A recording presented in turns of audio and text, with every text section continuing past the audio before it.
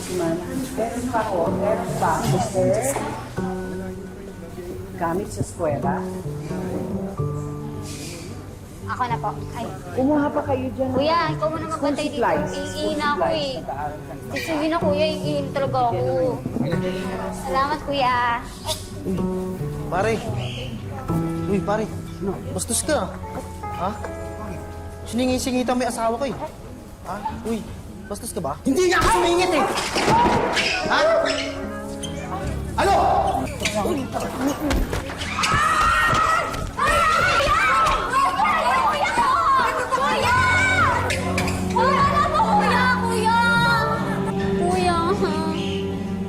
Anak, huwag ka naman kasi sanang ganyan. Marami pang pagkain. Tama na kuya. Ako? Ako pa may gawa nito? Eh, marami pa naman pagkain, hindi ka mauubusan. Ikaw sinabi ko na sa'yo, huwag mo na akong gayahin dito eh! Sorry na kuya. Anak, binibigyan lang natin ng pagkakataon ng mga... Huwag ka naman ganyan kay Mother Superior.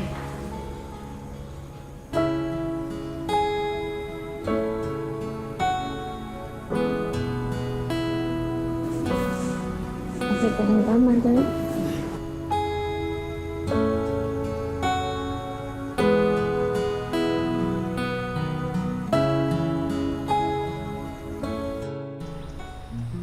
Pangarap ni Jane ang makapagtapos sa eskwela at tila sagot mula sa langit na mabigyan siya ng pagkakataon mag-aral. Pero ito raw ay may kondisyon. Kailangan niyang maging madre.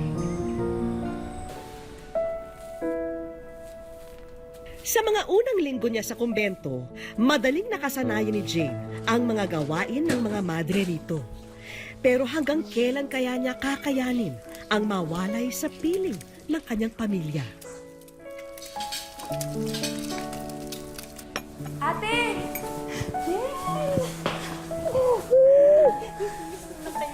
Jane, ano? O, kumusta ka na? Parang nangangayayat ka. Kumakain ka ba na maayos? Ako, maayos naman po ako. Miss na miss ko lang talaga kayo. O, JR, akala ko ba na-miss mo ate mo? Kamusta na ang kapatid kong pogi? Ate. Halika na. Opo kayo dito. Marami pa tayong kukukwentuhan. Sige. Sige dito. Alam mo, kaya pumasok ang ate mo dito para makapag-aral siya. Scholar kaya siya ng mga madre. Pero kung gusto ko, at saka kung makakapasa ako din sa 5 taon na pag-testing sa amin, pwede kong ipagpatuloy at maging totoo akong madre. Gusto mo ba talaga yon, ate? Maging madre? Sana. Kung kakayanin ko. Kaya lang kasi nahihirapan ako eh.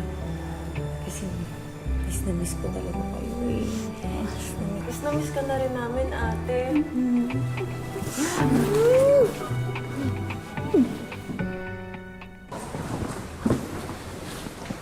Ay, ako na. Bakit ka nandito? Gusto ko lang sana humingi ng dispensa sa nangyari kahapon. Hindi na maulit, promise. Sorry.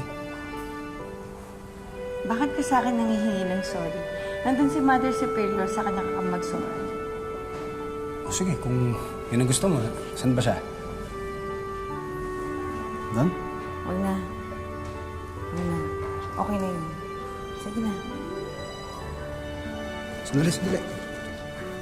Ako nga pala si Stephen. Pwede ko malaman ang pangalan mo.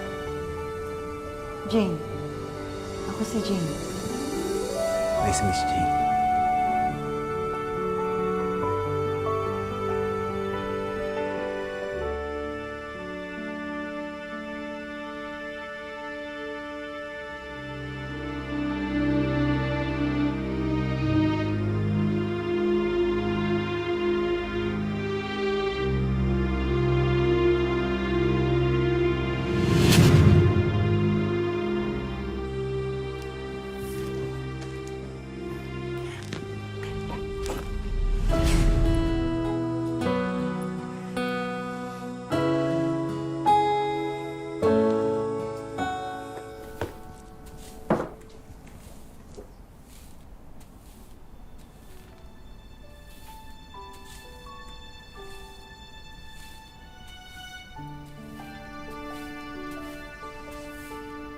Ako nga pala si Stephen.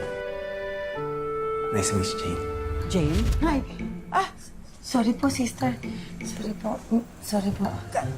Ginulat ba kita? Hindi ko sinasadya. Hindi po. May iniisip lang po ako. Kasalanan ko. Sorry po. Napapansin ko nga, itong huling mga araw parang distracted ka. May problema ba? Namimiss ko lang po kasi ang pamilya ko. Ang nanay ko.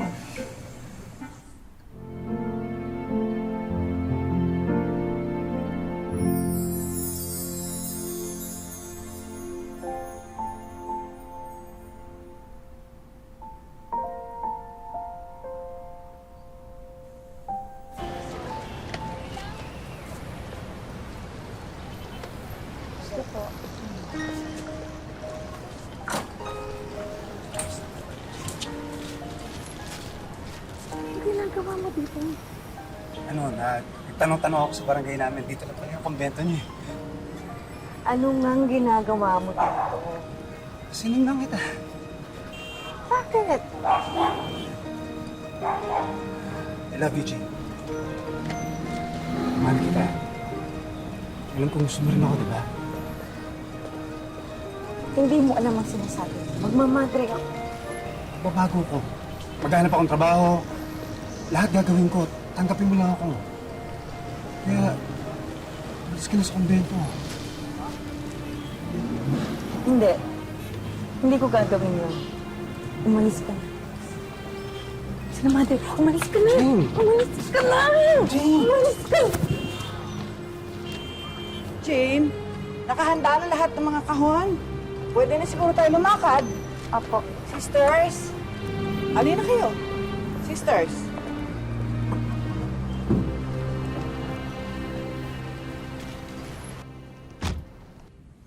Diyos ko, bigyan mo ako ng lakas upang paglabanan ng tuksong ito.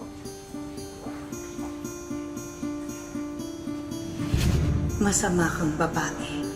Mahal mo ang lalaking yun. Hindi kasalanan ng magmahal. Tao ka lang. Hindi mo may iwasan yun. Wala kang kasalanan. Mahal mo siya. Jane, pinapatawag ka ni Mother Superior. May tawag ka daw sa telepono.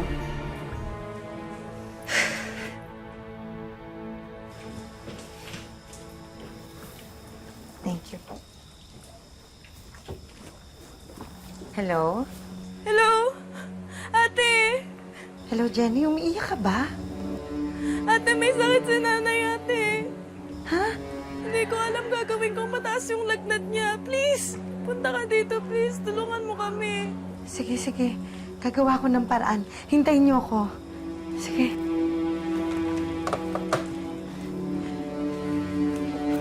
Mother? Mother, si nanay, may sakit daw po. Kailangan ko pong umuwi. Jane, you know the rules.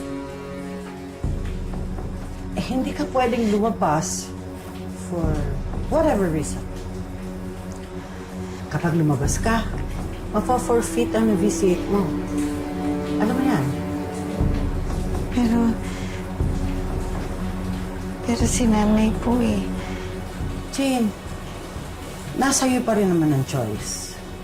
Pwede ka namang lumabas, pero hindi ka na maaaring bumalik kay ng mom. I'm really very sorry.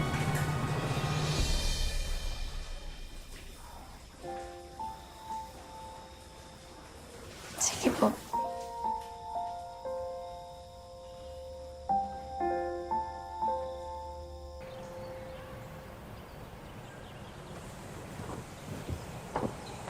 Jane, ikaw muna may iiwan dito. Po, kailangan niyo po ako sa outreach. Not in your present state. Nag-aalala ka pa sa nanay mo, di ba?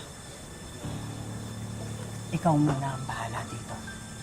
Let's go, girls. Opo, sister. Isang pagkakataon ang nagpresenta kay Jane noon. Alin ang pipiliin niya? Kailangan ka ng nanay mo. Tumakas ka. Tulungan mo siya.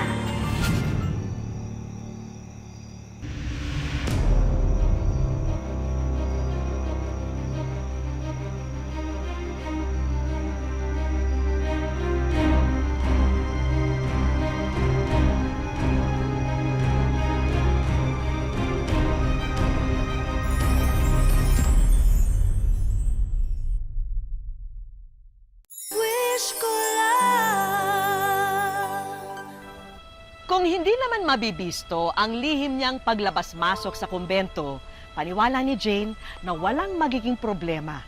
At kung sakaling mahuli man, hindi naman daw siguro siya kagagalitan ng husto dahil hindi naman masama ang hangarin niya sa pagtakas dito.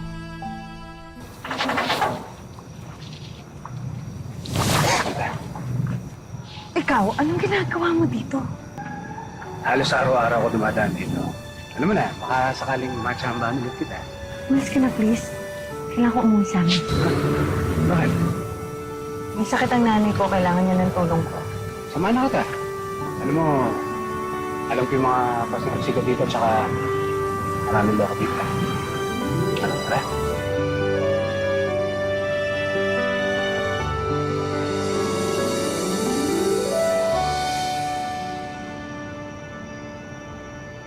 Nay!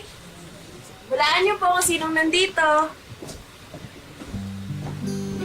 Nay?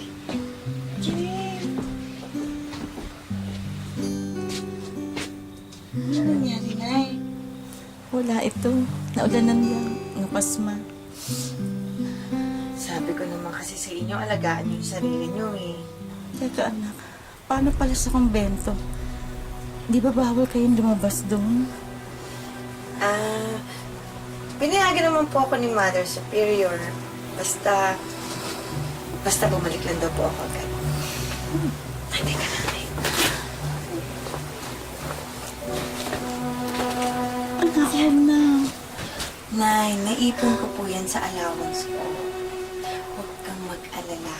Ang alalahanin mo ang magpagaling. Nagaling na ako, anak. Kasi nakita na kita eh. Anak. Maraming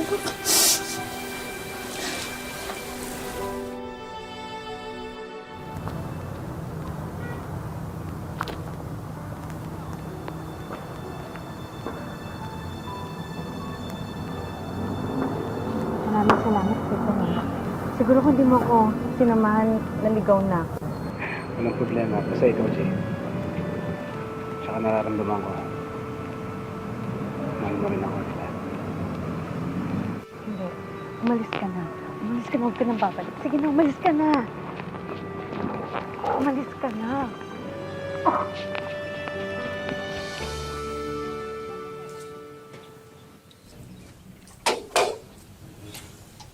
Good evening, sister. Good evening, Jane. Oh! Bakit mukhang pagod na pagod ka? Nag-aalala ka pa rin ba sa nanay mo?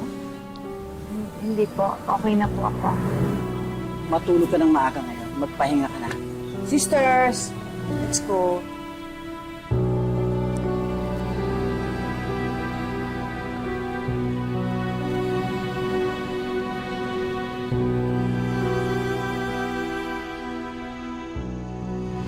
Sinungaling ka. Nagsinungaling ka sa nanay mo. Wala ka naman siya. Nagsinungaling ka kay Stephen. Mahal mo siya. Habang tumatagal, lalong nagiging malinaw ang nararamdaman ni Jane para kay Stephen.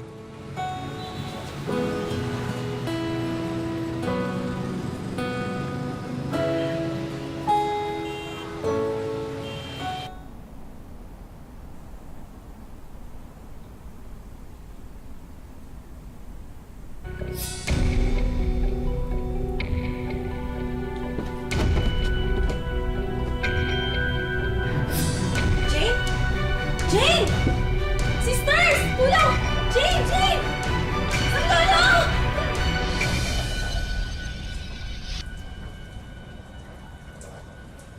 Mother? Ano po nangyari? Nawalan ka ng malay. Mababa pala ang blood pressure mo. Siguro dahil naging sa puyat, sa pagod.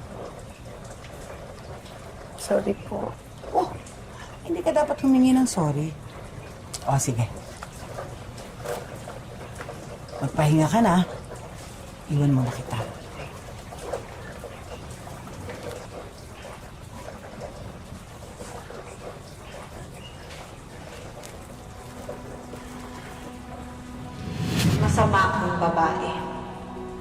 Sinungaling ka. Umiibig ka, walang masama doon. Makiramdam ka. Ano ang nasa sinapupunan mo?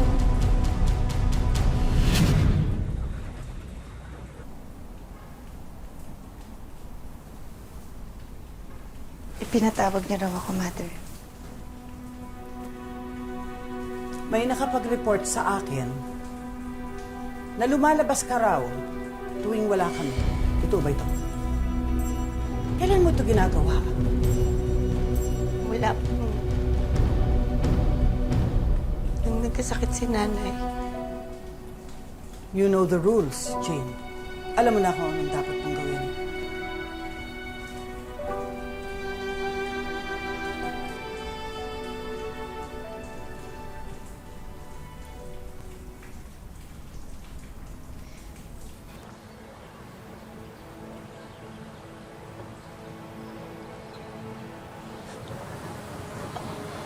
Sorry po.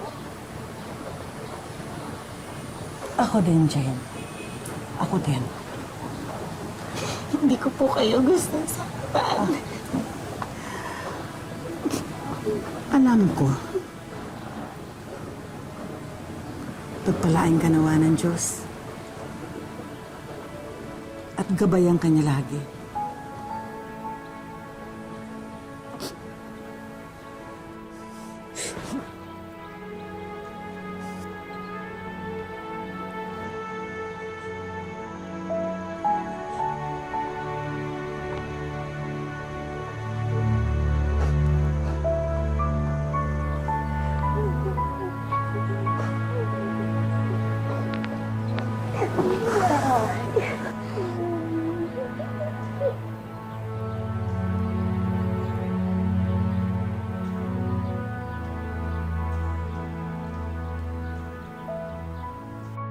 Tuluyan lang tinalikuran ni Jane ang plano niyang maging madre at ang paghabi sa bagong kabanata ng kanyang buhay ang sunod niyang naging pakay.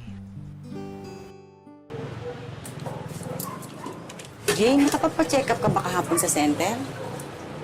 Di pa po eh. Tinutulungan ko kasi si Stephen makahanap ng pagtatrabaho niya. Anak, huwag mo isa walang bahala yung pagpapacheck up niyo ni baby, ha? Kailangan niyo yan. Siguraduhin ko po bukas.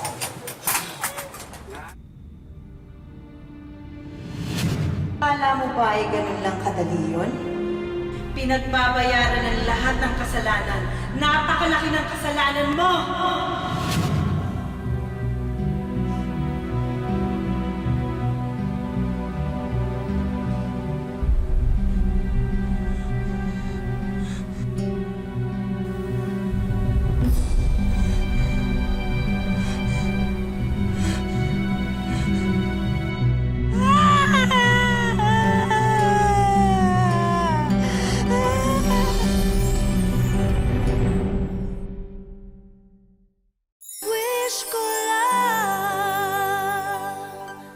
Salamat sa Diyos.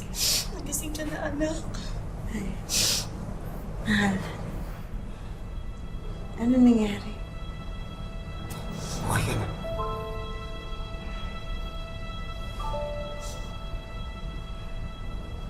May dugo.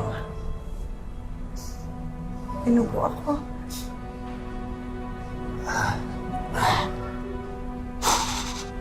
Bawal sa'yo mag-alala, ha? Baka mabigat ka.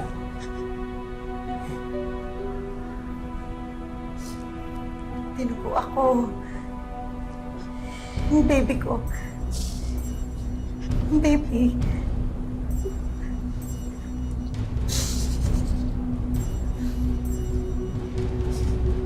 Wala na.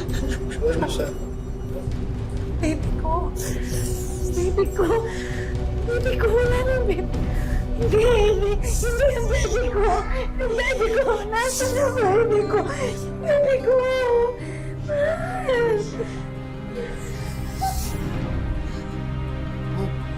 Mahal? Nurse! Nurse! Nurse! Ano nangyari sa asawa ko? Mahal! Mahal! Mahal! Mahal!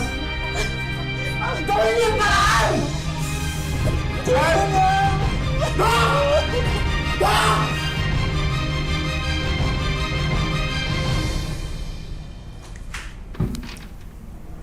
Jane, anak, may bisita ka, anak.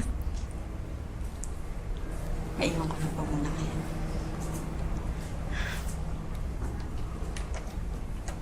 Nakausap ko ang doktor mo. Nagka-stroke ka pala. Pero, successful ang operation mo. Kaya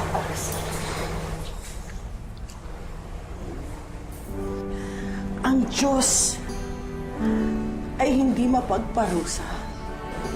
Binigyan ka niya ng pangalawang pagkakataon sa buhay, Jane. Huwag mong sayangin sa pagsisisi at sa pag-iisip na pinaparusahan ka niya.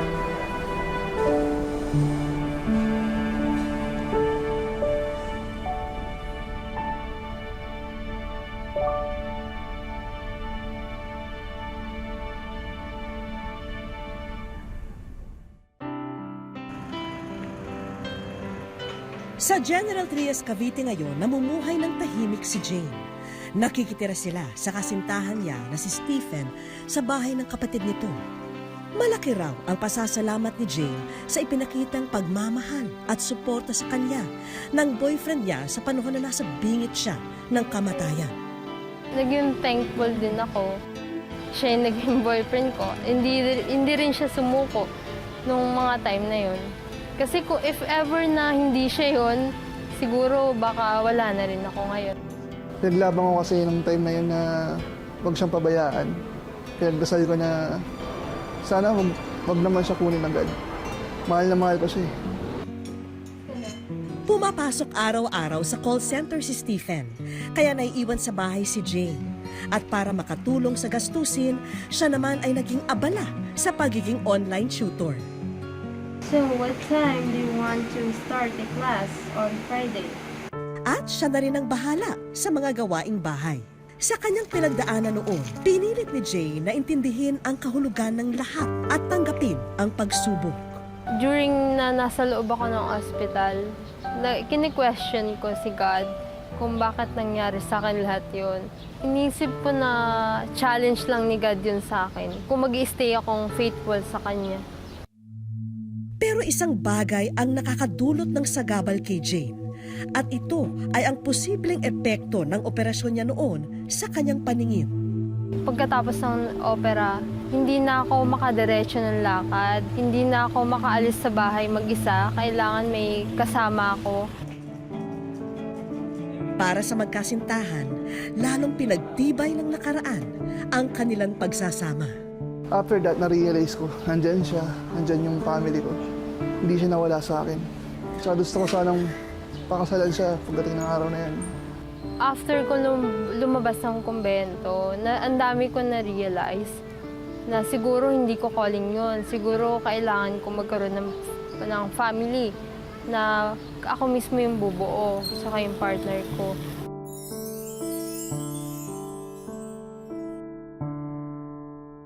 Sa aming pagbabalik,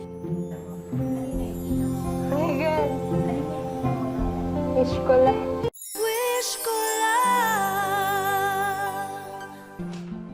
may schedule daw si Jane ngayon na magturo online. At dahil sira ang gamit niya, pinahiram muna namin sa kanya ang laptop na ito. Pagbukas niya ng laptop, sisimula na sana ni Jane ang session hanggang sa... Oh my God! Wish ko lang. Hindi ko po kasi na-expect na wish ko lang po nito. Kasi po gusto ko na pong magpagamot. Dahil po sa mata ko, nahihirapan po ako. Natutuwa rin si Stephen at kapatid ni Jane sa sorpresang bumungad sa kanya. Siya yung pinaka... Pabait na talaga nakilala ko. Sayang yung... Araw-araw nahihirapan siya maglakad. Araw-araw nahihirapan siya magawa ng gusto siyang gawin. Sa ganyan kalagayan niya. Kasi kahit ganyan yung kondisyon niya, pag iiwan ako yung dalawang baby ko, naiiwan ako. Naalagaan niya. Hindi ko po alam eh. Parang hindi totoo eh. Thank you, Mom. Thank you, Mom, talaga.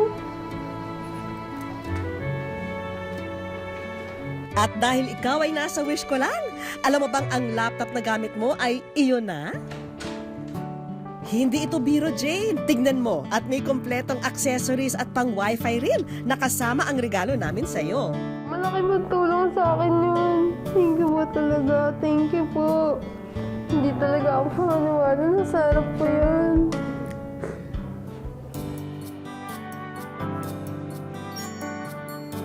Dinala namin si Jane sa isang optical shop para mapasuri ang kalagayan ng kanyang paningin. Malabo rin. Kaya naman daw ito masolusyonan gamit ang salamin. Naoperahan po ako sa utak kasi na-stroke ako. Ang sarap sa pakiramdam na may salamin na ako. Na pag maglalakad ako, okay na. Malinaw na yung paningin ko, diretso na siya. Pag magtuturo ako sa tutoring job, okay na. Hindi na ako magtatakip na mata.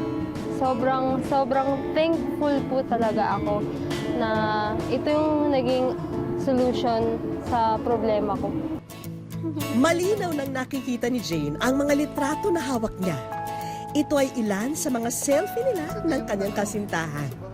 Pero bago matapos ang araw, isang bagay ang malinaw na gustong maipahayag sa'yo ng mahal mong si Stephen. Ito ang first time ko magbigay ng flowers.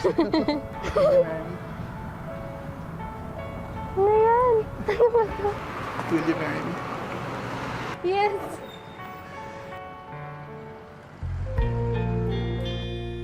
Malaya raw tayong pumili kung ano ang gusto natin sa buhay.